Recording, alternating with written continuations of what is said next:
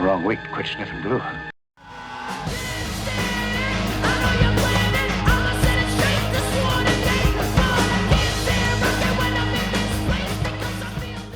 Well, welcome back. It is week 5. 5, count them, 5. What number is 5? This is the 5 number, the old Sesame Street song. Anyway, I digress. Week 5 on the Franklin, and I spoke to, or emailed. Everyone says they spoke to somebody when they actually all they did was trade emails. I traded emails with Dave Metzner over the weekend, and kind of tweaked him and reminded him that he was going to send me some decals, and he's promised me those are off and on my way. So wonderful. That's about the only thing I need to finish up this Franklin. Over the weekend, I did a little tinkering with colors, and I found a color that I really like for the stripes. Now, the body color is still a little, I don't know what the word is, yellowish green. It's got too much of a tinge to it for my liking, especially since I know I'm going to be putting a lot of rust color on it. So that I'm going to monkey with a little bit this week before I get too far down the road on the weathering. But I was really happy with this stripe color. As you remember, last week it was more of a British crimson, too red, way too red. Like I said, I got used to seeing the orange color on the ornament, and I don't know whether that's right, wrong, or indifferent, but it definitely has been coloring my opinion. Let's see what I did there, coloring the opinion. So what I did was, when I was spraying this last body color on the Franklin, I kind of oversprayed that British Crimson, and it looked good. It was not as stark, wasn't as contrasty. I still had the color differentiation that I wanted, but it didn't look like it was, painted on, and it didn't look as obvious. So then went one step further with my old friend, the Comarts. Gotta love those Comarts. And there's a translucent orange there that I just lightly sprayed over the areas that I had that color on. And it's not a bright, stab you in the eye orange, but it is, and it's not a brown. See, I was worried that the oranges were it was kind of leaning into the brown terracotta color, which isn't what I wanted either. But I think I came up with a darn good compromise, and you can see probably more there. So the first thing I need to do before I do any more experimenting with the body color is I want to put these masks down on these stripes so that I can protect this color from everything else that I'm getting ready to do. Join me, won't you? Okay, here you can see the main areas that we're concentrating on today, and my battery is running out already, so let me go charge the battery up, and then I'll be back in a few minutes. Okay, like I said before the battery died, this is the area that we are going to be concentrating on first, and it's just a matter of putting down masks that are slightly smaller than these areas so that when I spray over top of them, the area that I want to keep this color will be protected. So let's go ahead and lay these guys down. Alrighty, I've got all the pinstripes on, or all the stripes on the nacelles and on the pylons. Now I've decided I want to leave that paint on that edge as well. So what I'm going to do is just take some of these straight runs that I've got here and cover over the edges of the pylons. Okay, I used painter's tape to close off the trailing edges of both of the pylons. I prefer that over vinyl for one reason, is that it makes the tight turn better than vinyl does. Basically because it's thinner and it's paper. What vinyl does the paper tapes don't do is give you this beautiful clean edge because there's no raggedy paper fiber. Even the edge of painter's tape, you can get paint seeping up underneath it, and vinyl is just a nicer, cleaner line. But vinyl does not bend, does not make tight radiuses very well. So that's why I put painter's tape to close that off. But those are the stripes and the pinstriping on the nacelles and the pylons that need to be masked off. And so now I can concentrate on getting the actual full hull color down, and once that's down, then I can go ahead and put the actually once the hull color is down, what I'm going to do is take these masks off, because then everything will be happy and good, and then I'm going to give it a satin finish so that I can start weathering on top of the satin finish. I find that better than weathering on top of the raw flat paint, because it's tough to put a wash in and then wipe it off of a flat paint or even a flat clear, because it gives it too much tooth, and the paint wants to, or the wash doesn't want to clean back off. But if you put a nice satin coat or even a gloss coat on it, you can wipe things off a lot easier, which is basically what I'm trying to get to. But you can see here where I've taken some window masks off just to show how clean those are. See, nice clean circles there. Sorry, that's still the mask. There you go. Nice clean circles, and I will put those back over, remask those before I spray the top coat on. Good morning, it's Tuesday already, and we are going to be doing some final color coding on the Franklin today.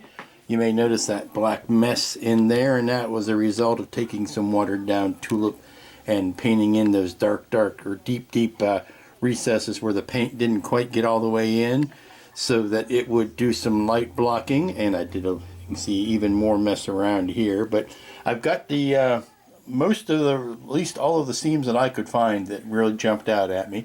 Got those sanded, got the masks down to protect the stripes, and now it's time to put what I'm going to consider to be the top coating color on this, and then we'll see where that leads us. But hopefully this will give me the good base coat to do all of the rusting and weathering on top of. So let's get started on that.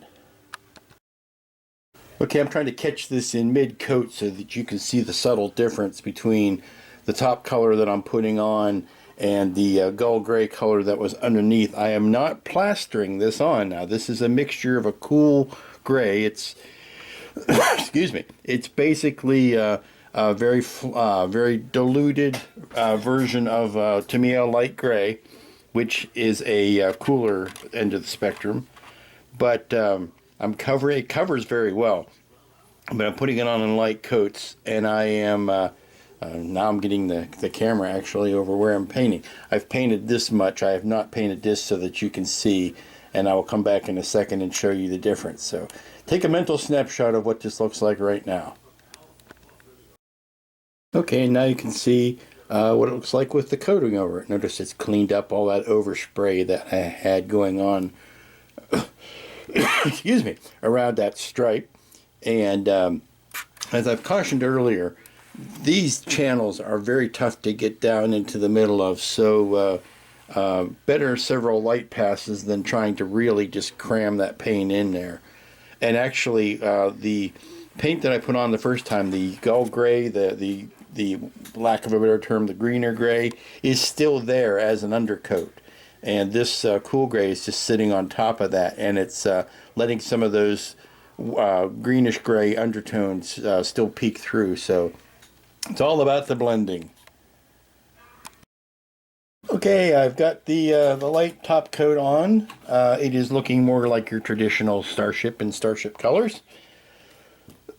But I'm going to let this dry for a few hours and then come back and hit it with a actually no, let it dry for a few hours, take the stripe masks off. That'll be fun.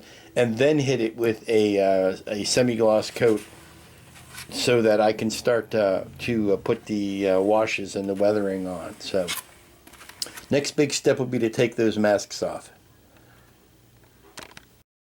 Here's a little preview of the mask remove. I went ahead and took those two guys off because they're easy to get to, and don't really have to, I don't have to interrupt all of this drying. Those were just laying on top. So pop those off, and now we can see the color combinations there. Looks good. Well, happy day. Mail call has come and gone, and in my mail today I received from Dave the decals for the Franklin. It's interesting. These may look identical to you on camera. They are a little bit hard to tell apart on camera, but what they are actually are new decals and aged decals. I'll show you the difference here. This is the fresh new decal for the underneath the saucer registry, and that's the faded version. It's a little tough to tell. The camera doesn't pick it up quite well, but this is like maybe 100% black, and that's like maybe a 75% black. So that's really going to make it interesting to put on the ship before the weathering. Interesting other note is that, yes, that is the movie era crest. A little bit of interesting of a, and that's plain old. Looks like plain old Helvetica text. There is no fancy font there.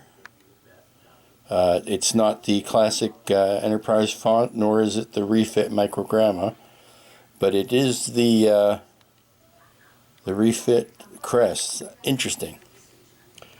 And here you can maybe tell a difference. On the new version of the decals, those Delta shields are white, and on the used version they are a silver or a duller gray. So that also has to do with the color of the outline around the main markings. They're white there and they're gray there, so you can kind of see the difference in the aging. But these are the ones that go over the top of the nacelles there. So the upshot of all this is I will be able to, once I put the clear coat on this, I will be able to put those decals down and make them part of the hull before I start doing all of the rusting and the weathering, which should probably be tomorrow. Okay, in the absence of anything definitive, any definitive published color guide for the Franklin, I'm just taking a little bit of license of what I think looks good, looks proper, and should be done.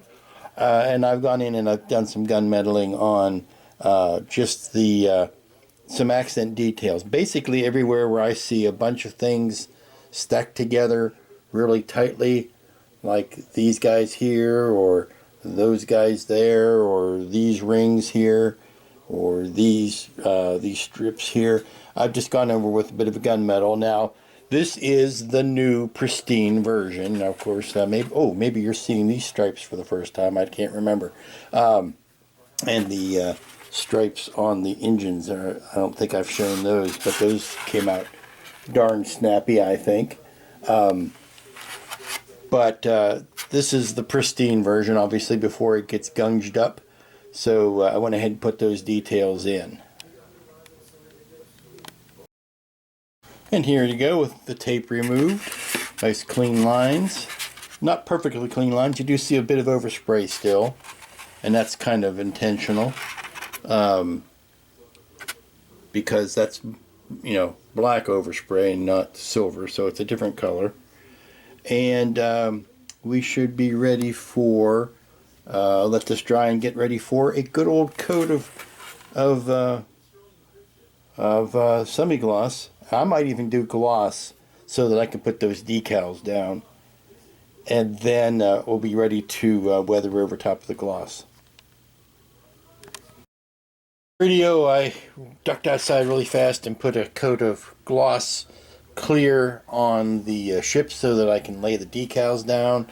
It is mighty cold outside, and mighty windy, so I couldn't stay out there too long, nor could I put a lot down. So what I'm going to do is see how well this dries, and then maybe put another coat on it a little bit later. But my goal for tonight is to get the decals on, and perhaps wake up in the morning and put another coat over the decals, and then start the detailing work.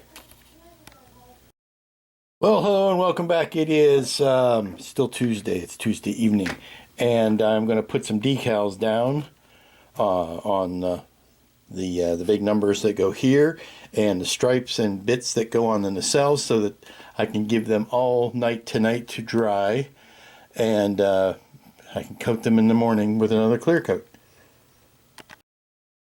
And there we go. We've got the big numbers on the bottom of the hull. We've got the red stripes on the front of the nacelles. We've got the pennants on the fronts of the nacelles. It really seems odd not putting a big number and a name on the front. Something that I'm really get used to from all of the other starships that I've built. I really get used to putting that decal. I usually do that one first, just out of tradition. But with this kit, this ship design, that is not a decal. That is scribed into the hull. So we're going to take care of that with a wash, and we're going to do that tomorrow when all of this has had a chance to dry. So until tomorrow, have a good night, and I will see you then. Good morning. It is, Jesus, Wednesday already, is it? Yeah. Yeah, it's Wednesday. Had to check. Excuse me. And we are doing weathering on the Franklin today. Now, you know, yesterday when I had put the decals on and I had given this a good spraying, I was kind of getting down in the dumps because, you know, this is starting to look like your basic, common, everyday starship. That's gray. It's got, you know, dark accents. It's got red stripes on it. And it wasn't giving me the special vibe that I got from watching the movie and seeing this unique design and this unique coloring, which is, you know, more like this. It's more of a rusty color, more of a warmish, I hate to use the word cream, but it's more of a creamy color. And I was thinking, you know, I'm getting away from that, and it was turning too bluish. It was turning too stock starship color. And so I figured, well, you know, today I'm going to try, I was going to try a little patch of the weathering and see how it looked, and see whether, you know, I needed to back up and do something different. So I started on the bottom. And next thing you know, I got the whole bottom done. And right, look at that. There's my color. That's exactly what I was looking for. You put that next to that, and it's very darn close. It's just... This is the first pass. This is a very diluted, and these are my friends at Comart. It's light rust. Rob, if you're watching, send me light rust. I will do as many commercials for Comart as I possibly can, because it has pulled my bacon out of the fire more times than I have cooked bacon. But what I wanted to do was a real light pass just to get in, you know, get in the panel lines, and then I was going to go in with the more refined streaks and smears over top of that. I was afraid, I was thinking about this last night, and I was afraid, you know, the high gloss, if I put Comart on it, which is, you know, a watery wash, if I put that on it, is enough of it going to sink in, or is it going to wipe straight off? And I had glossed this up pretty good so that I could put the decals down. But son of a gun, if it doesn't cling just the way I want it to. Now, and also it makes a flatter base so that the next layer on top of this is even going to stick even more. So I'm doing a really light wash on the big areas and letting it, you know, kind of gather where it's going to gather, because if it's rust and it's sediment and the starship's been sitting on a planet for 20 years, that's where the dust and that's where the rust is going to gather. It's going to naturally seep into all of these dark crevices and cracks. So what I'm doing is I'm very careful to streak it all in the one direction, that the direction of travel. That's how it's going to. That's how rust or sediment or weathering is going to accumulate. It's going to accumulate in the manner of travel. So I'm very happy with this color. I'm going to go ahead and finish the bottom, flip it over, do the top, and then I'm going to start going in with the more obvious streaking. I can't wait to see what happens when I put it into this area. I think that's going to be fun. And I want to do first I want to do a black over the Franklin and the number, because that actually in the movie on the ship was recessed in, and I believe there was a layer of black paint in there. So what I'm going to do is that, and then wipe it down, and then start the other rusting on top of it. But this has really buoyed my spirits, because that's turning out to be exactly the effect I was hoping for. And it's warming up the color, and it's giving me the uniquity, there's a new word for you, the uniqueness, the unique aspect of it, the uniquity of what I was looking to accomplish with the paint scheme for this ship. So I'm going to continue on with the bottom, and do the bottom of the nacelles, get all that, and then flip it over. I'll check back later. Here's a good contrasting before and after. Before, after. Before, after. Clean, dirty. And I like how if you color your stripes right, it actually kind of folds into the rust color. And these stripes here get accentuated by the grime that's in there. I'm going to get these nacelles done and then tackle that. That's going to be the fun part. And there you go. Some wiping with the Comart Light Rust. A little tiny bit of the black game color wash. And then you know, a little bit of rubbing it with the Q-tip, a little bit of scrubbing it off with the Tamiya thinner, and I'm very, very happy with how it turned out. Now, this is what I'm going to call level 1, which is where everything, I mean, the whole ship got level 1, but I still want to go back in and see how like on this leading edge, how you want to do some additional stuff. There's some streaking, of course, on the saucer, going, you know, some vertical streaking that I want to do. Obviously, the underside of the saucer gets a little bit more heavily weathered than the top. So, but this is good. I don't want to overwork it, so I'm kind of walk away at this point and then come back in a few minutes to an hour, see how I like it. Well, here we go. Got a nice flat coat on top of everything, and I'm starting to work on top of the flat coat. But the flat coat did some marvelous things. I always marvel at this. The flat coat completely makes the carrier film disappear on those decals. And you can look under here and see. And I used the faded version of the decal, but I'll put that right up in the light like that, and you will not see any carrier film. I always marvel at that. But we're going to let this sit for a while and come back to it in a bit. But as far as base coats go, I think highly successful. Well, good morning. It's Thursday, and I'm getting into doing some detail painting. And this morning I am interested in painting those guys on there on the top of those 4 fins on the top hull that have a definite brown flavor to them. So I've got, see in here you can see all that heavy rust and all the stuff that's going on. I did the brownish rust yesterday, and I'm going to go in and try to do some of this gray slash, well, it's not really black, but it's a medium gray. Do some of that gray tone work today to try to balance that out so it's not all rust looking. But right now I've got those fins on my mind. Okay, let's strip this tape off and see how it looks. He likes it, hey Mikey? Yeah, that's not bad at all. Wouldn't you know? That's what I'm shooting for. Not bad. That looks pretty good. Let's do a little bit of the old gray wash in here. Okay, I'm happy enough with the Franklin to walk away from it for a while.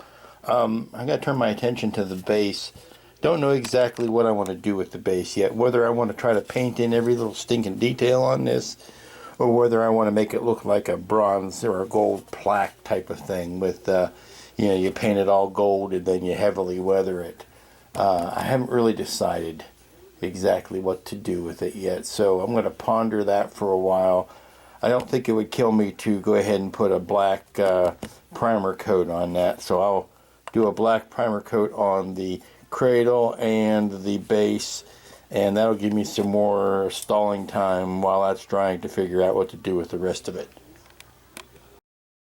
Alrighty, I've just glued in the mixing fan blades into the front of the Bassard collectors, and I am down to the last and final bit, which is to glue on the nacelle caps, and I'm to the point where I am looking at everything and I'm crossing my I's and dotting my T's, and I'm saying, am I truly ready to close this up, because there ain't nothing left to do but to do that. And of course there is a temptation to put a yellow clear yellow frosting on the nacelle on the Bassard collectors, but given the how it looks when it's crashed at Yorktown, there is no real justification to do that.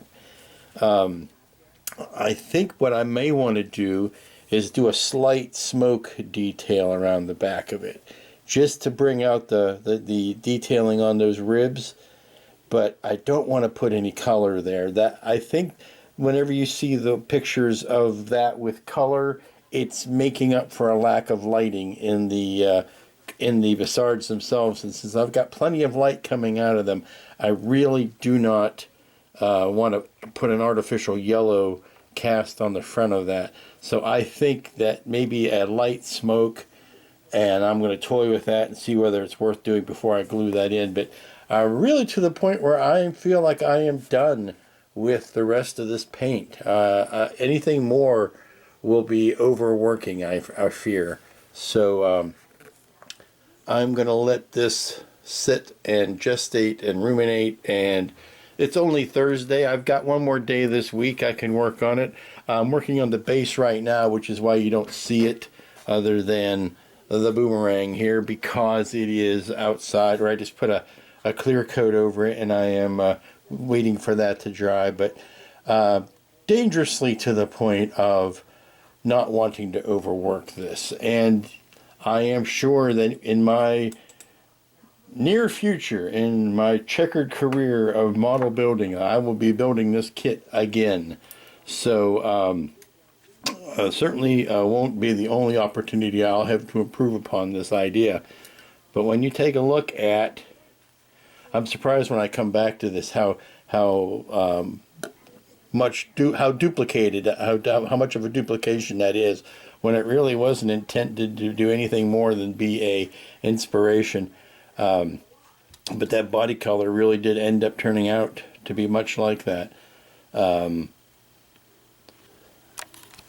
I don't know what else to say. Oh, I don't know how much of this you've seen, but I was done by just taking a bit of the black wash and just making sure I kept it into the lettering, but I think it pulled out that detail quite nicely. And I took just the highest, this is pale burnt metal, and I went stood back like this far and just did an overall spritzing of that pale burnt metal on there. And what it did is it gives me if you crank this up into the light, you will get just a little bit of a metallic blowback. You will get a little bit of a metallic reflection. And that's all I really wanted to do. Look up at the top of the nacelle there and on the pylon. That's all I really wanted to do, is just give it the slightest little bit of a metallic sheen. Again, not the whole Martin sheen, maybe just a little Charlie sheen. But I think it's turned out quite nicely. And I'm going to, and I went full nuts on the base as far as doing metallics on the base, and we'll see how much of that survives. But I think I'm going to try to do just a little bit of touch work on that, and then those will be ready to install, and that will be the final bit of construction. There you go. She's finished. I think I'm ready to stick a fork in this one. I rarely know when to stop weathering, but I think I've learned my lesson this time. It's to stop weathering. Got the sards on. I ended up not putting any smoke on them because it was not sticking very well, and it just didn't look good. But you can see the maybe you can see the double fan blades in there. There's one blade that's on the inside of the dome, and then the set of mixers that goes on behind it.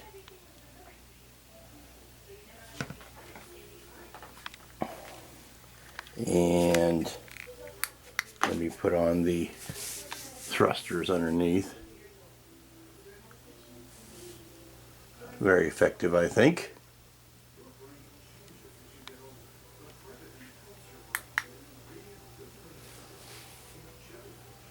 But you're still kind of visible even without the lights turned on, and I think that's just spill from underneath.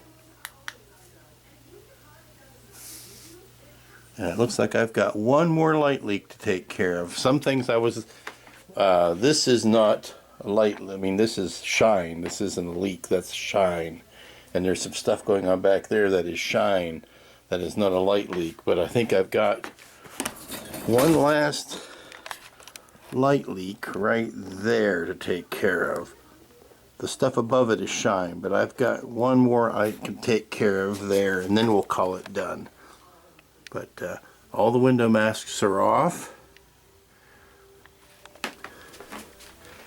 And it's ironic that probably in the life of this ship, other than when it was newly commissioned, you probably wouldn't see this many lights on. So it's actually busier than it would have been on Jayla's planet. Okay, very nice. Okay, ladies and germs, there's your finished Franklin. From the tip of its nacelle to the top of its nose. Just a nicely weathered little starship with the name of Franklin.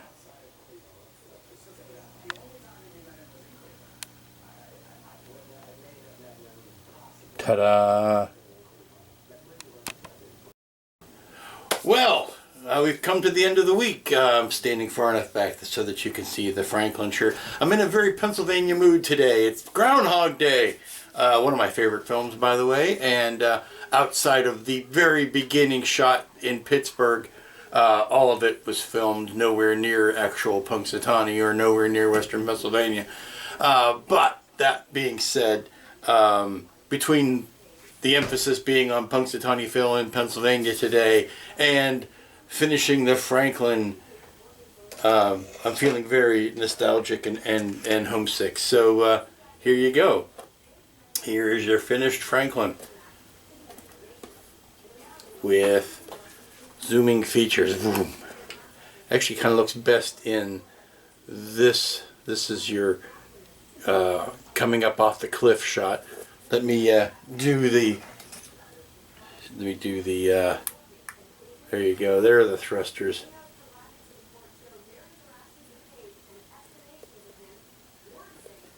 Thank you again, Ralph. Ralph Tenaglia of Tenna Controls hits it out of the ballpark yet once again. And there are some shot I have not given enough play to, and that is the back of the nacelle, so you can see the orange balls at the back. But for it being a weathered on the ground starship, quite a bit of difference between this and the pristine gray you normally see of a ship that never was seen in atmosphere. So made quite the refreshing difference, quite the nice change. And luckily enough, I finished it up early enough this week that I can, take my time on this Friday and maybe pick at a detail here or there. But we'll go ahead and say that, yeah, it's done.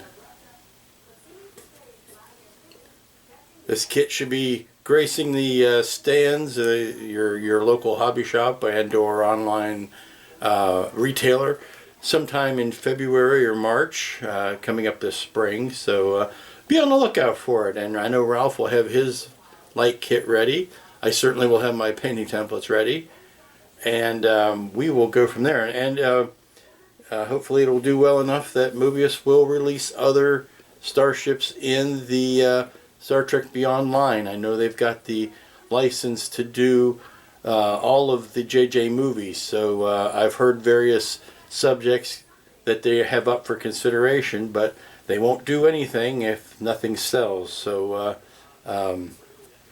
if for no other mercenary reason than to see more trick kits out there, go ahead and buy one of these puppies when it comes out.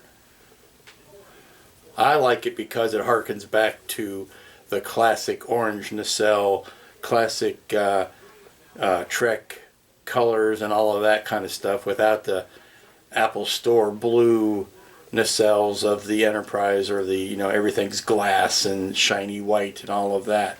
I prefer this aesthetic a lot more. So I was keen to be able to go ahead and build one of the first ones. And again, Franklin and 326, it just doesn't get any better than that. So I'm going to go ahead and put this down while my battery runs out, and figure out what I'm going to do with the rest of my day.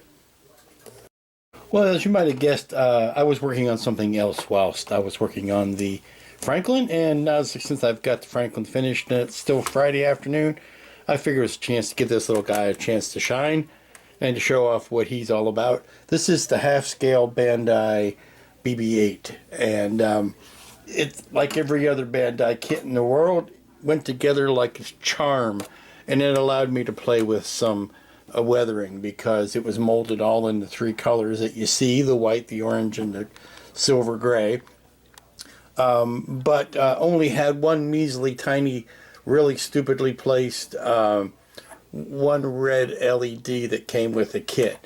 And in a kit this big, it simply screams for lighting. And they did allow, they made provisions for lighting. They put a whole bunch of clear, not only clear but color clear bits in, and they wanted to sell you another lighting kit. They certainly were all in favor of that. But for the price you'd pay and for what minimal lighting you got out of it, I just couldn't see sending any more hard-earned dollars to China for that.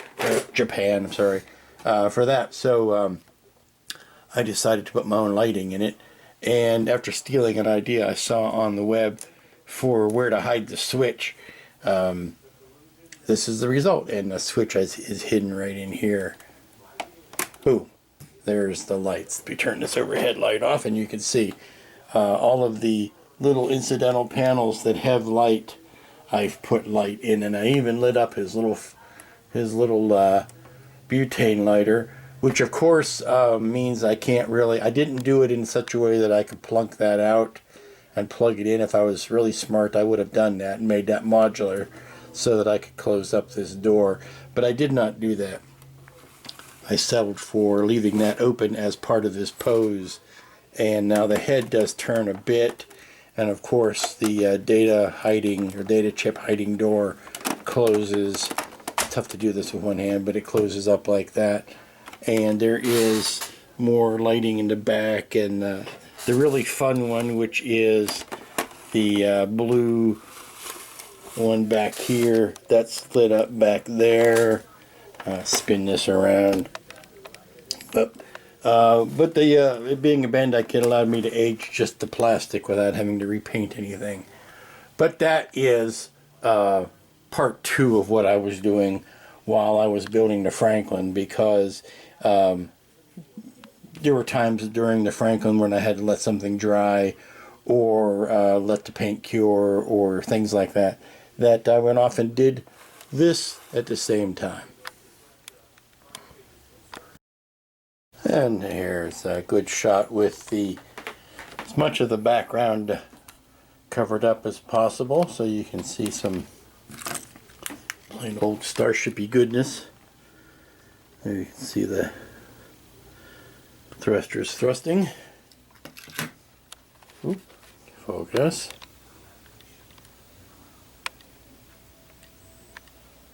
There we go.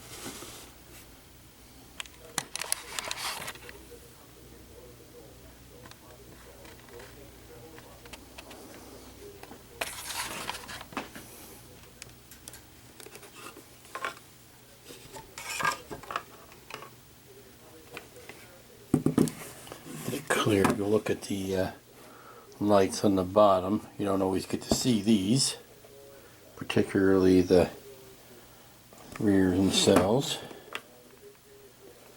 There's that, oops, let me get the wiring out of the way. Come on. There's the angle that you're used to seeing when it's attacking the swarm.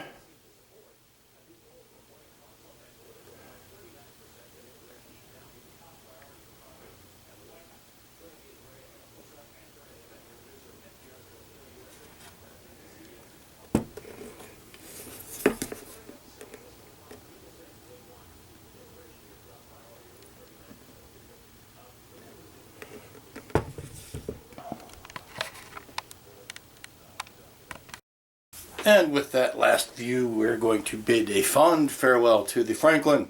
There's your alliteration for the day, a fond farewell to the Franklin.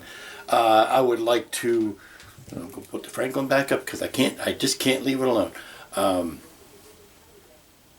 I would like to thank the very many people who are responsible for helping me get this into my greedy little hands. Start first with Dave at Mobius Models. Thank you, Dave. I hope I did you proud. And Ralph Tenaglia at Tenna Controls.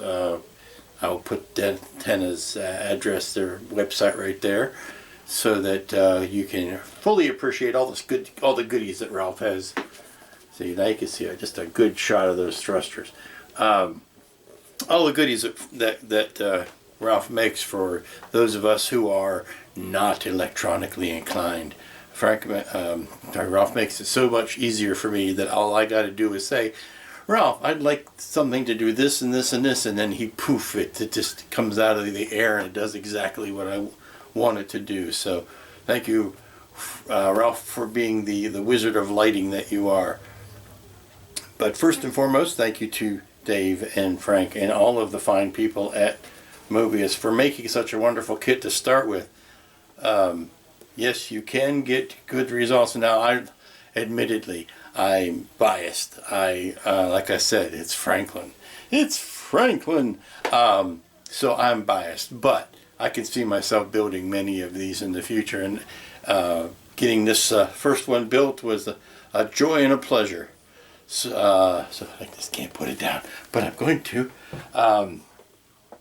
So until next week, when we got to pick up something else to do. I've got a couple of irons in the fire, but I don't know exactly what they will be. Maybe it'll be back to Christopher Johnson. Yes, I say that because he's laying over in the corner, looking dejected and saying, "Why, Lou? Why have you left me over here? Why aren't you working on me?" So maybe I'll get back to Christopher Johnson next week. Until then, when the mystery of what I'll be doing next is solved for you and for me as well as you. I will say, be good to each other, and build more models. Talk to you later.